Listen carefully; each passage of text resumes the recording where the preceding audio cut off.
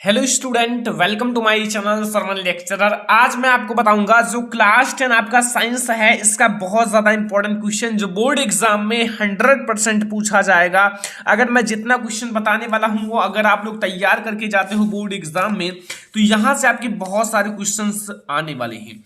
Video को like कर देना, अगर आप चैनल पर नए आए हो तो सब्सक्राइब जरूर कर लेना, क्योंकि मैं आप लोगों की पूरी तैयारी कराने वाला हूं। ठीक है, यहां आप लोग प्रश्न नंबर फर्स्ट देखो। यहां लिखा हुआ है जो Fe2 है एंड O3 प्लस 2Al, ठीक है, and gives out Al2O3 plus 2Fe। ये बहुत ज्यादा इंपॉर्टेंट क्वेश्चन है, इसलिए ये मैंने क्वेश्चन लिया है। ठीक है, ये जरूर तैयार करके जाना। लिखा हुआ है ऊपर दी गई जो अभिक्रिया है किस प्रकार की है। जो ये आपको अभिक्रिया दी गई है, ये जो आपका अभिक्रिया है ये किस प्रकार की है। इसको थोड़ा सा चेंज भी किया जा सकता है, थोड़ा सा चेंज करके आपके बोर्ड एग्जाम में आ सकता है। ठीक है, जैसे आपका थोड़ा चेंज होकर आ सकता है आपके बोर्ड एग्जाम में, लेकिन ऐसा रिएक्शन आपके बोर्ड एग्जाम में जरूर आता है। तो यहां आपका ए नंबर ऑप्शन है संयोजन अभिक्रिया, बी है वियोजन अभिक्रिया, सी है द्विविस्थापन विस्थापन अभिक्रिया एंड डी है विस्थापन अभिक्रिया। तो यहां आप लोग देख सकते हो यहां कुछ हुआ नहीं है, केवल ये जो O3 है ना वो केवल गया है Fe से हटकर Al2 के साथ जुड़ गया है। यहां देख सकते हो Al2 के साथ।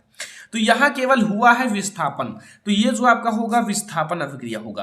ठीक है, ऐसे आपसे संयोजन अभिक्रिया का भी एग्जाम्पल पूछ सकता है, एक अभिक्रिया देगा और अगर आपका जो सही होगा दूसरे टाइप से भी बोर्ड एग्जाम में आ सकता है। ठीक है, तो ये आपका क्वेश्चन नंबर फर्स्ट है। क्वेश्चन नंबर 2 आप लोग देखो, जो अम्लीय विलयन होता है उसका पीएच मान होता है। अम्लीय विलयन का पीएच मान कितना होता है। देखो, एक होता है अम्लीय विलयन, एक होता है क्षारीय विलयन, एक होता है उदासीन विलयन। ठीक है, तो अम्लीय विलयन का जो पीएच मान होता है वो 7 से कम होता है। ठीक है, और क्षारीय विलयन का 7 से 14 तक के बीच में होता है, और जो उदासीन होते हैं उनका जो पीएच मान होता है वो 7 होता है। ठीक है, तो अम्लीय विलयन का पीएच मान ऑप्शन नंबर ए है 0, बी है 7 एंड सी है 7 से कम एंड डी है 7 से अधिक। तो याद रखना, जो अम्लीय विलयन होता है उसका पीएच मान जो होता है वो 7 से कम होता है। ठीक है, इतना याद रखना। ये सारे क्वेश्चंस आपकी बोर्ड एग्जाम के लिए वेरी इंपॉर्टेंट है, बोर्ड एग्जाम में यही सारे क्वेश्चंस आएंगे। ठीक है, क्वेश्चन नंबर 3 देखो कि पीए जल को जीवाणु रहित करने में प्रयोग किया जाता है। जो पीने वाला जल है उसको जीवाणु रहित करने में क्या प्रयोग किया जाता है। ऑप्शन नंबर ए है CaOCl2, ऑप्शन नंबर बी है CaCl2, ऑप्शन नंबर सी है CuCl2 and option number D है CaCO3। ठीक है, तो यहां आपको बताना है कि जो पीने वाला जल है, पेय जल को जीवाणु रहित करने में प्रयोग किया जाता है। तो जो ब्लीचिंग पाउडर है उसका प्रयोग किया जाता है। तो ब्लीचिंग पाउडर का फार्मूला होता है CaOCl2। ठीक है, कैल्शियम ऑक्सीक्लोराइड। ओके, तो ये हमारा है क्वेश्चन नंबर 3। आई होप कि आपको ये भी क्वेश्चन बहुत अच्छी तरह से समझ में आ गया होगा। सारे क्वेश्चंस आप याद करके जाना। क्वेश्चन नंबर 4 देखो कि निम्न में से कौन सी धातु अम्ल में से हाइड्रोजन विस्थापित नहीं करती। यहां आपके 4 ऑप्शन है। ए ऑप्शन है Fe एंड बी आपका ऑप्शन है Zn एंड सी है Cu एंड डी है Mg। ठीक है, तो यहां आपको बताना है जो अम्ल में से हाइड्रोजन विस्थापित नहीं कर पाती। देखो, मैंने आपको पढ़ाया है सक्रियता सरणी, और जो हाइड्रोजन के नीचे होंगे जो धातु वही नहीं विस्थापित कर पाएंगे। तो इसमें जो है आपका Cu जो है वो हाइड्रोजन के नीचे है, तो ये जो है ना ये हाइड्रोजन में से जो आपका अम्ल में से हाइड्रोजन विस्थापित नहीं कर पाएंगी। ठीक है, ये आपका क्वेश्चन नंबर 4 है, बहुत ज्यादा इंपॉर्टेंट है। ये सारे क्वेश्चंस आपको याद करके ही जाना है। यहां आप क्वेश्चन नंबर 5 देखो कि एल्केनों का सामान्य सूत्र होता है। जो एल्केन होता है उनका सामान्य सूत्र क्या होता है। ठीक है, सामान्य सूत्र बताना है। ऑप्शन नंबर ए है CnH2n+2, ठीक है, एंड बी है CnH2n एंड सी ऑप्शन है CnH2n-2 एंड डी है C2H4। तो एल्केन जो होता है, एल्केनों का सामान्य सूत्र क्या होता है मैंने आपको पढ़ाया भी है और आई होप कि आपको पता भी होगा। तो एल्केन जो होता है उसका सामान्य सूत्र होता है CnH2n+2। जो एल्केन होता है उसमें +2 होता है। ठीक है, इतना याद रखना, ये बहुत ज्यादा इंपॉर्टेंट क्वेश्चन है। तो ये हमारा क्वेश्चन नंबर 5 है। अब हम लोग देखेंगे क्वेश्चन नंबर 6। क्वेश्चन नंबर 6 आप लोग देखो, यहां लिखा हुआ है कि ब्यूटेनोन में क्रियात्मक समूह है। जो ब्यूटेनोन है इसमें क्रियात्मक समूह है, बहुत ज्यादा इंपॉर्टेंट क्वेश्चन है। ऑप्शन नंबर ए है single bond CHO, option number B है यहां आपको ऐसे डबल बॉन्ड है लेकिन ये सिंगल सिंगल आपके जो हाइड्रोजन जुड़े रहेंगे। ठीक है, फिर आपका सी है यानी कि कार्बन है, फिर डबल बॉन्ड O है एंड आपका सी ऑप्शन है single bond OH and D option है सिंगल बॉन्ड COOH। तो जो ब्यूटेनॉन होता है उसमें क्रियात्मक समूह क्या होता है, ठीक है, इसमें आपका कीटोन समूह है और इसका जो क्रियात्मक समूह होगा वो आपका ये होगा, ठीक है। तो ये हमारा है क्वेश्चन नंबर 6, बहुत ज्यादा इंपॉर्टेंट क्वेश्चन है, ये सारे क्वेश्चंस आपको याद कर लेना है, रिवीजन करना है बार बार। क्वेश्चन नंबर 7 है कि यकृत स्रावित करता है, जो यकृत होता है वो क्या स्रावित करता है। ऑप्शन नंबर ए है लार, बी है जठर रस, सी है पित्त रस एंड डी है अग्नाशयिक रस। तो यकृत जो है वो क्या स्रावित करता है इन चारों में से, लार या फिर जठर रस या फिर पित्त रस या फिर अग्नाशयिक रस। तो याद रखना जो यकृत है वो पित्त रस को स्रावित करता है, पित्त रस, ठीक है। ये सारे क्वेश्चंस आपको याद करके ही जाना है बोर्ड परीक्षा में, क्योंकि यहां से 100% बहुत सारे क्वेश्चंस आने वाले हैं आपके बोर्ड एग्जाम में, ठीक है। यहां हम लोग क्वेश्चन नंबर 8 देखेंगे कि मनुष्य में जो वृक्क एक तंत्र का भाग है जो संबंधित है, मनुष्य में जो है वृक्क जो है एक तंत्र का भाग है जो संबंधित है। ऑप्शन नंबर ए है पोषण से, बी है श्वसन से, सी है उत्सर्जन से एंड डी है परिवहन से। तो वृक्क जो है, वृक्क आई होप कि आपको पता होगा, वृक्क एक उत्सर्जी अंग है, ठीक है, वृक्क एक बहुत महत्वपूर्ण उत्सर्जी अंग है। तो इन चारों में से किससे संबंधित है, तो इन चारों में से जो उत्सर्जन है इससे संबंधित है वृक्क, ठीक है, वृक्क जो है इन सब में से उत्सर्जन से संबंधित है। याद रखना, बहुत ज्यादा इंपॉर्टेंट क्वेश्चन है, याद करके ही जाना बोर्ड एग्जाम में, ठीक है। क्वेश्चन नंबर 9 अगर आपके सामने देखा जाए तो प्राग कोश में होते हैं, आपको मैंने पुष्प का भाग भी पढ़ाया है, प्राग कोश भी पढ़ाया है, प्रागण भी पढ़ाया है, सारी चीजें पढ़ाया है। तो प्राग कोश जो होता है उसमें क्या होता है। ऑप्शन नंबर ए है वाहिदल, बी है अंडप अंडाशय एंड सी है अंडप एंड डी हमारा परागकण। तो हमेशा याद रखना, देखो प्राग है और यहाँ प्राग है, यानी कि जो प्राग होता है, प्राग कोश में जो होता है ना उसमें प्राग कण पाया जाता है। क्या पाया जाता है, प्राग कण, ठीक है। ये क्वेश्चन बोर्ड एग्जाम के लिए VIMP है, आपको कंप्लीट करके ही जाना है, ठीक है, ये ऐसा क्वेश्चन, ठीक है। ये हमारा है क्वेश्चन नंबर 9। अब हम लोग देखेंगे क्वेश्चन नंबर 10, ठीक है। क्वेश्चन नंबर 10 पर अगर आप फोकस करो तो यहाँ लिखा हुआ है पृथक्करण का नियम प्रस्तुत किया था। जो पृथक्करण का नियम है, जो पृथक्करण का नियम है उसको किसने प्रस्तुत किया था। ऑप्शन नंबर ए है चार्ल्स डार्विन, बी है आपका ह्यूगो डी व्रिज एंड सी है John Gregor Mendel and D है रॉबर्ट हुक। तो आई होप कि आपको पता होगा कि जो पृथक्करण का नियम है वो किसने प्रस्तुत किया था, ये जो है जॉन ग्रेगर मेंडल ने प्रस्तुत किया था। इनका 3 नियम था, 3 नियम आई होप कि आपको पता होगा, ये इनका सेकंड नियम है, ठीक है। एक है प्रभाविता का नियम, ठीक है, प्रभाविता का नियम भी इन्हीं का है, और स्वतंत्र, ठीक है, स्वतंत्र अपव्यूहन का नियम भी इन्हीं का है, ठीक है, अपव्यूहन का नियम, और एक है पृथक्करण का नियम। ये 3 नियम जो है मेंडल ने प्रस्तुत किया था, और तीनों नियम बोर्ड एग्जाम के लिए वेरी इंपॉर्टेंट है, तो याद करके ही जाना, ठीक है। ये हमारा क्वेश्चन नंबर 10, जो पृथक्करण का नियम प्रस्तुत किया था वो जॉन ग्रेगर मेंडल जी ने प्रस्तुत किया था, ठीक है। अब हम लोग देखेंगे जो आपका क्वेश्चन नंबर 11 है।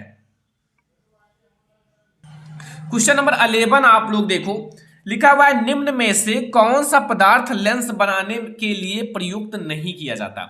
यहां आपके 4 ऑप्शंस हैं और इसमें से आपको बताना है कि इन चारों में से कौन सा लेंस बनाने के लिए प्रयुक्त नहीं किया जाता। ऑप्शन नंबर ए है जल, बी है कांच, सी है प्लास्टिक, डी है मिट्टी। तो यहां 4 ऑप्शन में से देखो जल का तो प्रयोग किया जाता है, प्लास्टिक का भी प्रयोग किया जाता है, कांच का तो प्रयोग किया ही जाता है, कांच तो मुख्यतः लेंस बनाने के लिए होता है, बट ये जो मिट्टी होती है इनका प्रयोग नहीं किया जाता। मिट्टी जो है ये लेंस बनाने के लिए प्रयुक्त नहीं होता है, ठीक है, याद रखना, VIMP क्वेश्चन है, ओके। यहां आपका क्वेश्चन नंबर 12 आपका है। क्वेश्चन नंबर 12 में क्या कह रहा है कि स्वस्थ आंख के लिए दूरबिंदु होता है, जो आंख बिल्कुल स्वस्थ है उसमें कोई भी दोष नहीं है, तो उसके लिए दूरबिंदु क्या होगा, जो दूरबिंदु की बात की जा रही है, ठीक है। तो यहां हमारा ऑप्शन नंबर ए है 25 सेंटीमीटर, बी है 100 सेंटीमीटर, सी है 50 सेंटीमीटर एंड डी है इनफाइनाइट। तो स्वस्थ आंख के लिए भैया दूरबिंदु क्या होगा, आई होप कि आपको पता होगा। देखो जो स्वस्थ आंख है वो मतलब अगर उसकी आंख स्वस्थ है तो बहुत दूर तक देख सकता है, यानी कि अनंत तक देख सकता है, जब तक कोई बीच में मतलब विपत्ति ना आए, ठीक है, या फिर कुछ है, पेड़ है या फिर घर है, तो फिर उसके पीछे कैसे देख पाएगा। तो ये है हमारा स्वस्थ आंख के लिए दूरबिंदु, अनंत पर, ठीक है, अनंत पर, अनंत तक देख सकता है स्वस्थ आंख के लिए। अगला देखो यहाँ क्वेश्चन नंबर 13 है कि एम्पियर सेकंड मात्रक है। अगर आपको एम्पियर सेकंड मात्रक है, यहाँ ऑप्शन नंबर ए है विद्युत ऊर्जा का, बी है विद्युत वाहक बल का, सी है आवेश का एंड डी है विद्युत धारा का।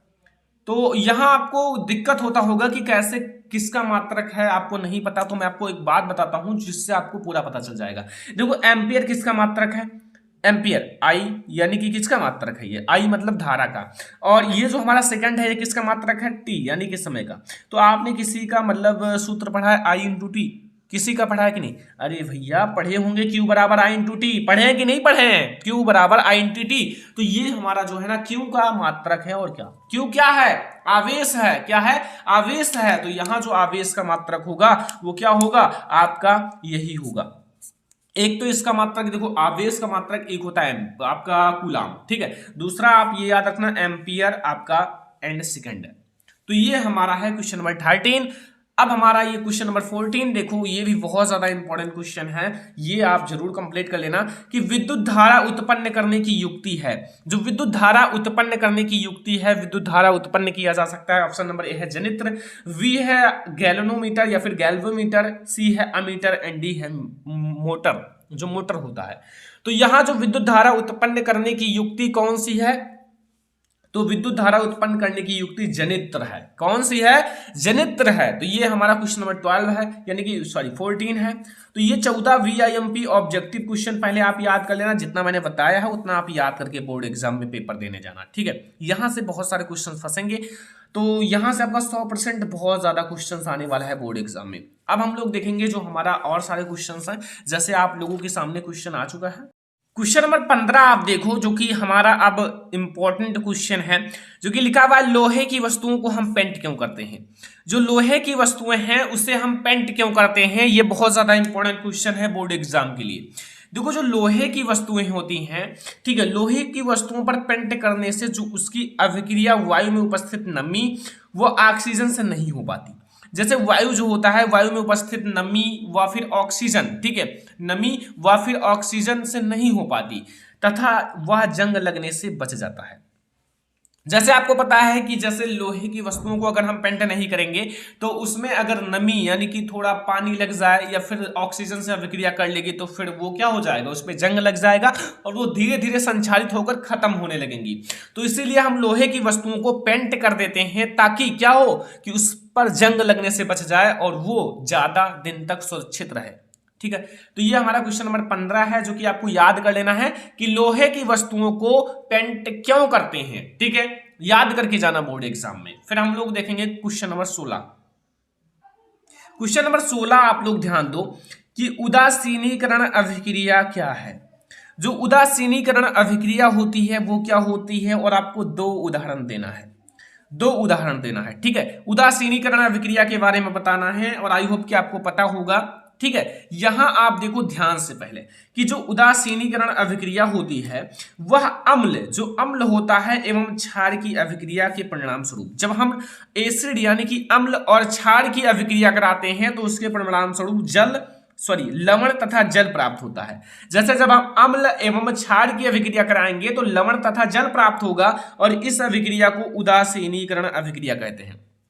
इसी अभिक्रिया को हम लोग क्या कहते हैं, उदासीनीकरण अभिक्रिया कहते हैं। बहुत आसान है, देखो अम्ल और क्षार की जब आप अभिक्रिया कराओगे तो आपको लवण तथा जल प्राप्त होगा और इसी अभिक्रिया को हम लोग उदासीनीकरण अभिक्रिया कहते हैं। एग्जाम्पल के लिए जैसे मैं आपको बता दूं, जैसे मैं ले लेता हूं NaOH, ठीक है, NaOH ये हमारा क्या है, ये क्षार है और इसमें हम मिलाते हैं अम्ल यानी कि HCl, ठीक है, अम्ल मिला दिए यानी कि HCl। यहां मैं नाम भी लिख देता हूं ताकि आप लोगों का कोई भी कंफ्यूजन ना रहे, ठीक है।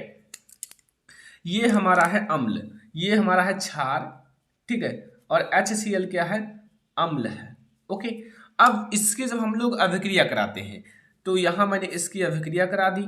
अब जब आप इसकी अभिक्रिया कराओगे तो आपको लवण मिलेगा, तो लवण यहाँ Na, देखो यहाँ से Na आएगा और यहाँ से Cl आएगा, तो ये हो जाएगा NaCl, ठीक है, NaCl हो गया। और NaCl क्या है, NaCl आपका सोडियम क्लोराइड यानी कि लवण है, साल्ट यानी कि आपका नमक है, लवण है, ठीक है, ये आपका लवण है। और अब बचा क्या, यहाँ से एक H बचा और यहाँ से एक H यानी कि H2 बचा, 2 H बचे और यहाँ से O बचा, तो यही आपका है जल। तो ये हमारा हो जाता है जो आप लोगों को मैंने बताया कि यहाँ देखो अम्ल और क्षार, चाहे क्षार और अम्ल कुछ भी कह सकते हो, इसकी मैंने अभिक्रिया कराई तो लवण तथा जल मिला, तो यही हमारा है रिएक्शन। अब यहाँ दो रिएक्शन की बात की गई है, दो उदाहरण का, तो मैंने फर्स्ट बता दिया, ये हमारा फर्स्ट है। सेकंड समझो, सेकंड में कुछ नहीं है, थोड़ा सा और समझ लो, जैसे NaOH के जगह KOH कर दो, यानी कि यहाँ सोडियम हाइड्रोक्साइड की जगह आप KOH कर दो, ठीक है। तो यहाँ अब आपका हो जाएगा, फिर मैंने HCl से अभिक्रिया करा ली, ठीक है, सॉरी HCl से जब आपने अभिक्रिया कराया तो यहाँ HCl से जब आप अभिक्रिया कराओगे तो यहाँ आपको KCl मिल जाएगा, KCl प्लस H2O। तो बात वही है जो कि आपको पता है कि यहाँ मैंने केवल नाम बदला, ये क्षार है, ये अम्ल है, ये लवण है, ये जल है, ठीक है। तो ये हमारा है उदासीनीकरण अभिक्रिया, जो कि आई होप कि आपको समझ में आ गया होगा। अब ये क्वेश्चन आप तैयार करके ही बोर्ड परीक्षा में पेपर देने जाना, ये बहुत ज्यादा इंपॉर्टेंट क्वेश्चन है, क्योंकि ये क्वेश्चन आपकी बोर्ड एग्जाम के लिए VIMP है, ठीक है। यहां लिखा हुआ है कि समजातीय श्रेणी क्या है, जो समजातीय श्रेणी है वो क्या है, उदाहरण, उपयोग या फिर उपयोग को लक्षण भी कह सकते हो, लिखिए, ठीक है। तो समजातीय श्रेणी आई होप कि आपको पता होगा, नहीं पता है कोई दिक्कत नहीं, मैं आपको बताता हूं।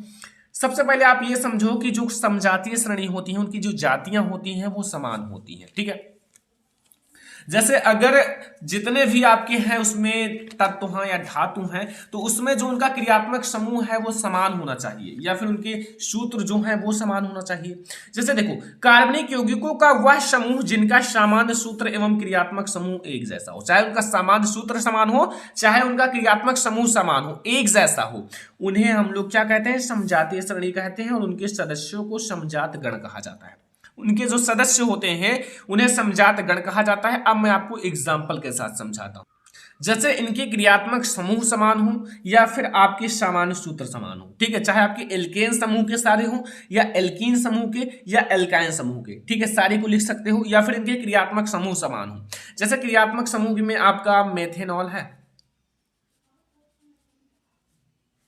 मेथेनॉल, इसमें देखो आपका CH3OH है, ठीक है, तो इसमें आपका क्या आया, OH आया, ठीक है। अब ऐसे आपके और हो, ठीक है, जैसे OH उसमें भी जुड़ा हो, अगला जो आप इनके साथ लो, जैसे आपका मेथेनॉल के बाद एथेनॉल आता है, तो एथेनॉल में आप देख सकते हो, इनका भी आप देख सकते हो, जो कि आपका सूत्र होता है CH3CH2OH। तो ये भी आपका देखो यहाँ OH, यानी कि इनके क्रियात्मक समूह आप देख सकते हो समान है, OH, ठीक है। अब इसी में और ले सकते हो जिसमें OH जुड़ा हो, जैसे आपका है प्रोपेनॉल, प्रोपेनॉल, प्रोपेनॉल में आप देख सकते हो इनका क्रियात्मक समूह है CH3CH2CH2OH। तो इसमें देखो हर जगह OH है, ठीक है। तो ये आपके सारे आपके जो है ना समजातीय श्रेणी का उदाहरण है, एग्जाम्पल है, ठीक है। अब अगर और आपको बताया जाए तो जैसे आपका सभी में CHO सब ग्रुप जुड़ा हो, या फिर आपका कोई भी ग्रुप हो, ठीक है, एक जैसा हो, जैसे OH OH OH मैंने लिया है, तो ये सारे एक जैसे हैं, तो इसीलिए इसका ये सटीक एग्जाम्पल है, याद कर लेना, ठीक है। लक्षण में आप लोग देख सकते हो, लक्षण में जैसे पहला लक्षण आप लोग देखो कि सभी सदस्यों का एक सामान्य सूत्र द्वारा प्रदर्शित कर सकते हैं। इसमें जितने भी सदस्य हैं उनका एक सामान्य सूत्र होना चाहिए, चाहे आपका एल्केन का सामान्य सूत्र या फिर एल्कीन का सामान्य सूत्र या फिर एल्काइन का। सेकंड है, सभी सदस्यों का एक ही क्रियात्मक समूह होना चाहिए, अगर क्रियात्मक समूह है तो एक ही होना चाहिए, जैसे मैंने इसमें सभी का एल्कोहल समूह लिया है। तीसरा है कि प्रत्येक क्रमागत सदस्यों के अणुसूत्र में CH2 का अंतर होना चाहिए। CH2 का अंतर कहने का मतलब क्या है, ये भी मैं आपको समझा देता हूं, ठीक है। जैसे आपका एल्केन समूह है, एल्केन समूह में पहला क्या है, CH4 है, ठीक है, पहले में CH4 है। सेकंड में आपको क्या है, C2H6 है, क्या है, C2H6 है। तो इन दोनों के बीच अंतर कितना है, ठीक है, इन दोनों के बीच आपका CH2 का अंतर है, तो ये भी आपका एक समजातीय श्रेणी का एग्जाम्पल है, ठीक है, ठीक है। तो ये भी एक समजातीय श्रेणी का एग्जाम्पल है, तो ऐसे आप लिख सकते हो, ये हमारा तीसरा है। अब चौथा पॉइंट आप लोग इसमें एक और लिख लेना, जैसे आप लोग यहाँ चौथा पॉइंट लिख देना, ठीक है, इनके लक्षण में कि किसी एक, ध्यान से समझना ये मेन पॉइंट है, ठीक है, किसी एक सदस्य, ठीक है, किसी एक सदस्य के गुणधर्म, यानी कि जो गुणधर्म है, गुणधर्म के आधार पर, यानी कि गुणधर्म के आधार पर सभी सदस्यों का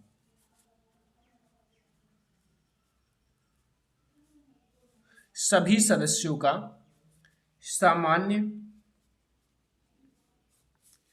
सामान्य गुणधर्म ज्ञात कर सकते हैं। कहने का मतलब क्या है कि अगर आपको एक सदस्य का गुणधर्म अगर पता चल जाए तो उसी के आधार पर सभी का गुणधर्म आप पता कर सकते हैं, क्योंकि अगर इसमें एक सदस्य OH ग्रुप का है एग्जाम्पल में तो सारे OH ग्रुप के होंगे। अगर किसी का एल्केन यानी कि CnH2n+2 यानी कि इस सूत्र पर है तो उनमें सारे जो एग्जाम्पल होंगे इसी सूत्र पर होंगे, क्योंकि उनका समान सूत्र एक जैसा होना चाहिए या फिर उनके जो मतलब क्रियात्मक समूह है एक जैसा होना चाहिए। ठीक है, तो इसीलिए मैंने ये पॉइंट अपने तरफ से जोड़ दिया है। ये बहुत ज्यादा इंपॉर्टेंट पॉइंट है, याद रखना। ठीक है, तो ये हमारा है पूरा समझाती सारणी। आपको ये याद करके पूरा चला जाना है जितना मैंने बताया है। यहां से आप ये 3 और यहां से 1 और 4 याद करके जाना। ठीक है, बस ये बोर्ड परीक्षा के लिए बहुत ज्यादा इंपॉर्टेंट है। अगर आप याद करके नहीं जाओगे तो बाद में पछताओगे। ठीक है, इसका कहीं कहीं फुल फॉर्म भी पूछा जाता है, DNA RNA। तो सबसे पहले मैं आपको बताऊंगा DNA तथा RNA में अंतर लिखिए।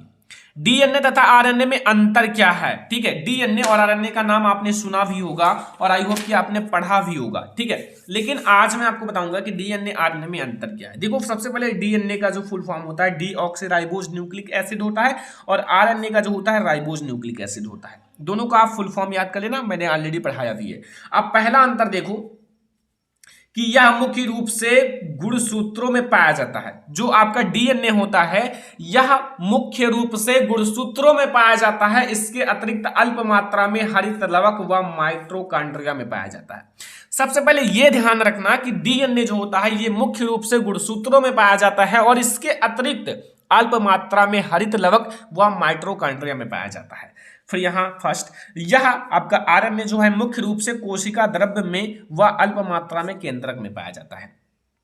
RNA जो होता है ये मुख्य रूप से कोशिका द्रव्य में, ठीक है, और वह आपका अल्प मात्रा में यानी कि थोड़ी मात्रा में आपका केंद्रक में भी पाया जाता है। ठीक है, और आपको ये पता होगा कि जो आपका DNA होता है वो द्विकुंडलित होता है। द्विकुंडलित जैसे रस्सी होता है ना, वैसे तो इसका एक अणु, ठीक है, द्विव श्रृंखला युक्त होता है जिसमें अनेक न्यूक्लियोटाइड्स अणु लगे होते हैं। ठीक है, और इसका एक अणु श्रृंखला युक्त होता है। श्रृंखला युक्त मतलब एक ही होता है। ठीक है, एक ही रहेगा जिस पर अनेक न्यूक्लियोटाइड्स लगे होते हैं। ठीक है, ये आपको समझ में आ गया, सेम है। अब अगला देखो, यहां ये बहुत ज्यादा इंपॉर्टेंट है कि इसके जो नाइट्रोजनी क्षारक हैं एडेनिन, ग्वानिन, साइटोसिन, थाइमिन। इसमें जो नाइट्रोजनी क्षारक हैं वो एडेनिन है, ग्वानिन है, साइटोसिन है एंड थाइमिन है। लेकिन अगर इसमें नाइट्रोजनी क्षारक की बात की जाए तो इसके जो नाइट्रोजनी क्षारक है एडेनिन सेम है, ग्वानिन सेम है, साइटोसिन सेम है, लेकिन यहाँ थाइमिन के स्थान पर यूरेसिल पाया जाता है। RNA में जो है ना थाइमिन के स्थान पर यूरेसिल पाया जाता है, इतना आप याद रखना। ये वाला आप हटाकर यहाँ आप यूरेसिल लिख देना, बस आपका सारे एक जैसे हैं। आपका एडेनिन, ग्वानिन, साइटोसिन ये तीनों एक जैसा है DNA RNA दोनों में, और इसमें आपका थाइमिन पाया जाता है RNA में और DNA में थाइमिन और RNA में आपका यूरेसिल। ठीक है, चौथा है, यह एक अनुवांशिक पदार्थ है जो कोशिका के क्रियाओं का नियंत्रण करता है। कोशिका की क्रियाओं का नियंत्रण करता है और इसमें है यह यदा कदा अनुवांशिक पदार्थ है तथा प्रोटीन संश्लेषण में दूध का कार्य करता है। यदा कदा मतलब कहीं कहीं अनुवांशिक का कार्य करता है, जहां DNA नहीं रहेगा वहां RNA अनुवांशिक पदार्थ का कार्य करता है। कुछ विषाणुओं में जो है ना DNA नहीं होता तो RNA ही अनुवांशिक पदार्थ का कार्य करता है। तो ऐसे आप लिख सकते हो 4 पॉइंट जो कि मैंने बहुत आसान बताए हैं। अगर आप ये लिख दोगे तो अच्छी बात है। फुल फॉर्म भी आप एक जोड़ देना इसी में, जो कि डीऑक्सीराइबोज न्यूक्लिक एसिड DNA का, RNA का राइबोज न्यूक्लिक एसिड, इसी में जोड़ देना, आपका अच्छा सा एक बन जाएगा DNA और RNA में अंतर। ठीक है, ये हमारा है क्वेश्चन नंबर 18। आई होप कि आपको समझ में आ गया होगा। समझ में आ गया हो तो अच्छी बात है, नोट कर लेना, रिविजन कर लेना, क्योंकि ये बोर्ड एग्जाम के लिए इंपॉर्टेंट है। ठीक है, अब हम लोग देखेंगे क्वेश्चन नंबर आपका 19। ये बोर्ड एग्जाम के लिए सबसे ज्यादा इंपॉर्टेंट क्वेश्चन है कि ओम के नियम की व्याख्या कीजिए, या फिर ओम का नियम क्या होता है। प्रतिरोध का मात्रक भी बताइए। जो प्रतिरोध होता है उसका मात्रक भी लिखना है। तो सबसे पहले आप ओम का नियम हेडिंग डालिए और मैं आपको बताता हूं वैसा लिखना है। ठीक है, बोर्ड परीक्षा में लिखा है कि ओम के नियम के अनुसार, यानी कि ओम के नियमानुसार, ठीक है, जब भौतिक अवस्थाएं जैसे आपका ताप है, दाब है, सारी भौतिक अवस्थाएं हैं, आदि समान रहे यानी कि ना बदले, ठीक है, तो किसी चालक में प्रवाहित होने वाली विद्युत धारा उनके सिरों के बीच विभवांतर के समानुपाती होता है। कोई भी चालक है, चालक में प्रवाहित होने वाली धारा उनके सिरों के बीच विभवांतर के समानुपाती होता है। अब मैं आपको बताता हूं कैसे। देखो यहां जो आपका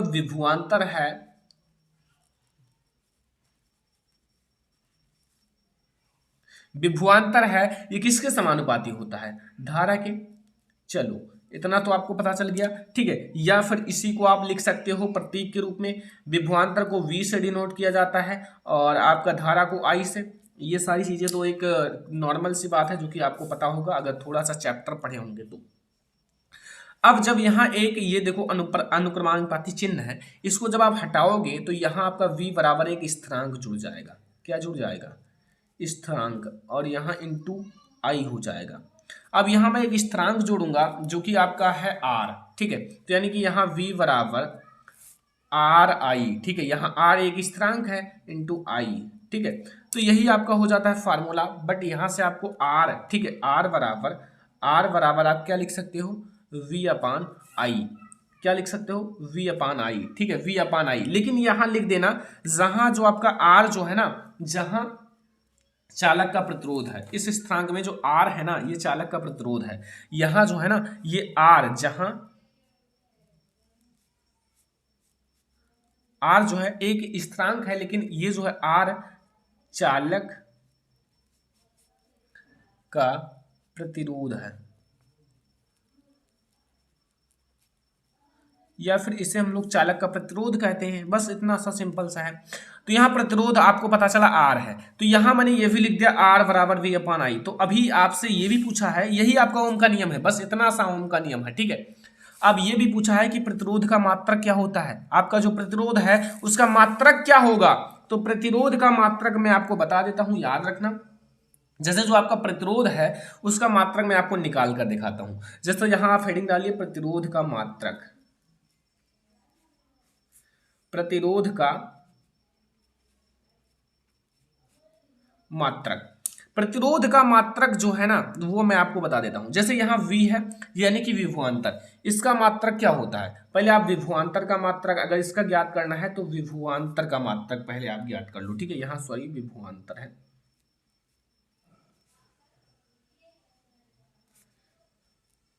विभवांतर का मात्रक, और बटे आपका जो I है यानी कि धारा का मात्रक। इनका आपको भी पता चल जाएगा बहुत आसान तरीके से। धारा का मात्रक यानी कि विभवांतर का मात्रक वोल्ट होता है, ठीक है। क्या होता है? Volt, okay. और यहाँ जो धारा का मात्रक होता है वो एम्पियर होता है। क्या होता है? एम्पियर, ठीक है। और यहाँ अब यही जो मिलकर ना ये बनाता है ओम, ठीक है, ये बनाता है ओम। तो प्रतिरोध का मात्रक दो होता है, एक तो आपका ओम होता है, ठीक है, और एक होता है ये वोल्ट प्रति एम्पियर, ठीक है, ये दोनों होता है, ठीक है। और ओम को एक साइन है जो कि आपको पता होगा कि ओम को हम लोग इस सिंबल से दर्शाते हैं। ये याद रखना, ओम को हम लोग इस सिंबल से दर्शाते हैं, यानी कि ओम जो है ना, ओम को हम लोग इससे प्रदर्शित करते हैं, ठीक है, ये सिंबल। तो यहाँ आप लोग लिख देना, यहाँ आपका जो ओम है यही आपका है। तो ये आपका ये सिंबल है, इससे प्रदर्शित किया जाता है। बस आपका ये पूरा ओम का नियम हो गया, ओम का नियम हो गया, और ओम के नियम में प्रतिरोध का मात्रक हो गया। तो ये क्वेश्चन काफी आसान था, लेकिन आई होप कि आपको ये क्वेश्चन नंबर 19 भी समझ में आ गया होगा। क्वेश्चन नंबर आप लोग 20 देखो, ये बोर्ड एग्जाम के लिए बहुत ज्यादा इंपॉर्टेंट है, ठीक है। यहाँ आपका एक छोटा सा क्वेश्चन है जो कि लिखा हुआ है चुंबकीय क्षेत्र की तीव्रता का मात्रक है। जो चुंबकीय क्षेत्र होता है उसकी तीव्रता का मात्रक क्या होता है? एसआई पद्धति में आपको बताना है, एसआई पद्धति में, ठीक है। तो ये आप लोग जरूर याद करके जाना बोर्ड परीक्षा में। यहां मैं आपको उत्तर बता देता हूं, जो चुंबकीय क्षेत्र की तीव्रता का मात्रक क्या होता है। इसका जो मात्रक होता है वेबर प्रति मीटर स्क्वायर होता है, ठीक है। जो वेबर प्रति मीटर स्क्वायर, ये आप लोग याद कर लेना, ठीक है।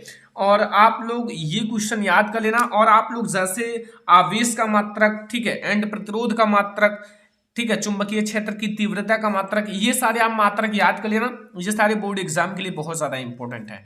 तो यहां से मैंने आपको बता दिया जो क्लास 10 आपका साइंस है उसके बहुत सारे इंपॉर्टेंट क्वेश्चन, ठीक है। अगर आप ये जितना मैंने ऑब्जेक्टिव क्वेश्चन बताया है ये सारे क्वेश्चंस याद कर लोगे तो बोर्ड एग्जाम में यहाँ से आपको बहुत सारे क्वेश्चंस देखने को मिल जाएंगे। ओके। एंड आप लोग यहाँ जो ओम का नियम है इसे भी याद कर लेना, इसको आप रिवीजन करना बार बार, ये बोर्ड एग्जाम के लिए बहुत ज्यादा इंपॉर्टेंट है। और डीएनए तथा आरएनए में जो मैंने अंतर बताया है ये बहुत सटीक तरीके से बताया है, अगर आप याद कर लोगे तो बोर्ड एग्जाम में आपको यहाँ से क्वेश्चन जरूर देखने को मिलेंगे। ठीक है। और जितना ऑब्जेक्टिव बताया गया है वो सारे याद करके जाना। ठीक है। और अगर आपको कोई दिक्कत हो तो आप लोग कमेंट बॉक्स में बताओ, मैं उसको जरूर सॉल्व करूंगा। और जितना बताया गया उसको याद कर लो। तो अगर आपको ये वीडियो पसंद आया हो तो वीडियो को लाइक जरूर करना और अपने फ्रेंड्स के साथ शेयर कर देना ताकि उन्हें भी मदद मिल सके। और अगर साइंस की तैयारी कर रहे हैं तो वो भी अच्छे से तैयारी कर लें। चैनल पर नया हो तो सब्सक्राइब कर लेना और आप लोग जितना मैंने बताया इसका नोट्स बना लेना और रिवीजन कर लेना। ठीक है। ये बोर्ड एग्जाम के लिए इंपॉर्टेंट है। चलो फिर मिलते हैं नेक्स्ट इंपॉर्टेंट वीडियो में, तब तक के लिए धन्यवाद।